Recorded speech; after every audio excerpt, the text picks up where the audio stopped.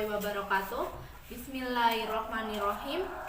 Perkenalkan, nama saya Widya Apriliani dari Pendidikan Agama Islam 3A. Di sini saya akan menyampaikan mata pelajaran Pendidikan Agama Islam dengan materi lebih dekat kepada Allah dengan mengamalkan sholat sunnah.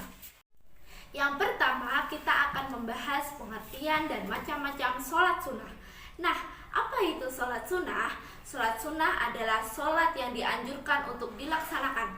Orang yang melaksanakan sholat sunnah akan mendapat pahala dan keutamaan dari Allah Subhanahu wa Ta'ala. Namun, jika orang tersebut tidak melaksanakan sholat sunnah, dia tidak akan berdosa karena hukumnya sunnah. Sholat sunnah itu dapat dikerjakan dengan dua cara. Yang pertama, sholat sunnah munfarid, yaitu sholat yang dikerjakan secara sendiri-sendiri. Yang kedua, sholat sunnah berjamaah, yaitu sholat yang dikerjakan secara bersama-sama dan dipimpin oleh seorang imam. Adapun untuk pembagian sholat sunnah munfarid, yaitu yang pertama, sholat sunnah rawatib. Sholat sunnah rawatib adalah sholat sunnah yang dikerjakan menyertai atau mengiringi sholat fardu. Sholat sunnah rawatib itu dibagi menjadi dua, yaitu sholat sunnah rawatib mu'akkad dan sholat sunnah rawatib ghairu mu'akkad. Nah, sholat sunnah rawatib mu'akkad itu seperti 2 rakaat sebelum sholat subuh, 2 rakaat sebelum dan sesudah sholat zuhur, 2 rakaat sesudah sholat maghrib, dan 2 rakaat sesudah sholat isya. Sedangkan sholat sunnah rawatib ghairu mu'akkad seperti 4 rakaat sebelum dan sesudah sholat zuhur, 4 rakaat sebelum sholat asar, dan 2 rakaat sebelum sholat maghrib. Sholat rawatib yang dikerjakan sebelum sholat fardu dinamakan sholat sunnah qobliyah. Sedangkan sholat sunnah rawatib yang dikerjakan sesudah sholat fardu dinamakan sholat sunnah ba'diyah. Yang kedua adalah sholat sunnah tahiyatul masjid. Sholat sunnah tahiyatul masjid adalah sholat yang dilaksanakan untuk menghormati masjid. Sholat ini disunahkan bagi orang muslim ketika memasuki masjid, karena sholat ini merupakan rangkaian adab ketika kita memasuki masjid. Maksudnya, ketika seorang muslim itu memasuki masjid, dia dianjurkan atau disunahkan untuk mengerjakan sholat 2 rakaat, yaitu sholat tahiyatul masjid. Yang ketiga adalah sholat istikharah. Nah, sholat istikharah ini adalah sholat sunnah ketika seseorang sedang berada di dua pilihan. Maksudnya ketika seseorang itu dia dilema untuk menentukan pilihannya, dia disunahkan untuk mengerjakan sholat istikharah.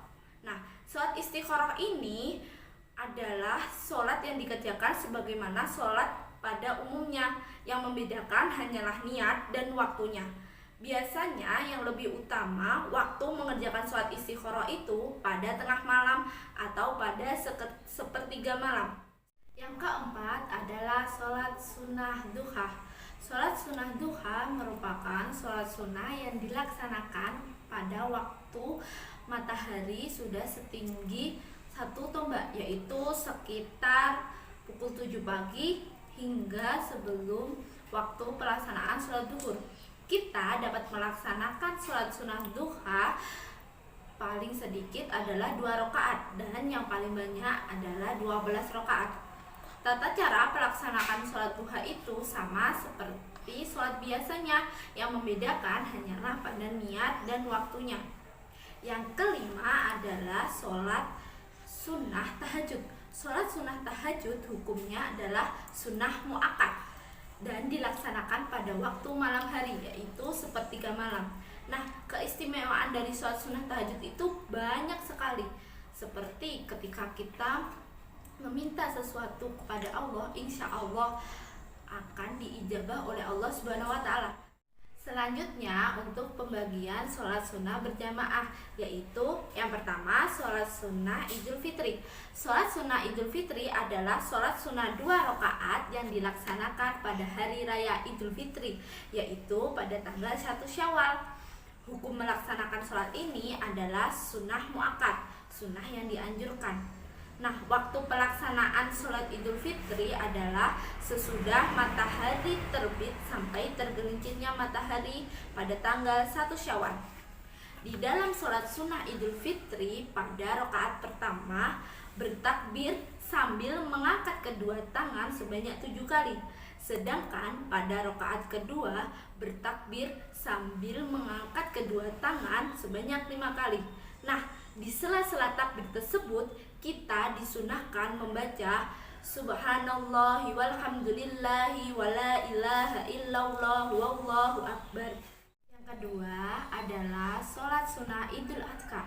Sholat sunnah Idul Adha merupakan sholat sunnah yang dilaksanakan pada hari raya Kurban atau pada hari raya Idul Adha, tepatnya pada tanggal 10 Dzulhijjah.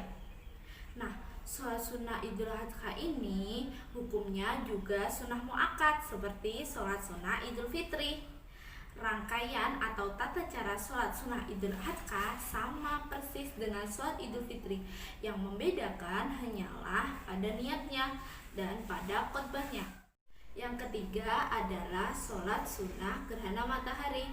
Sholat sunnah gerhana matahari atau sering disebut kusufus syamsi adalah sholat sunnah yang dilaksanakan ketika terjadinya gerhana matahari. Hukum melaksanakan sholat ini adalah sunnah muakkad, dan waktu pelaksanaan sholat ini ketika terjadi gerhana matahari sampai matahari itu kembali utuh pada semula.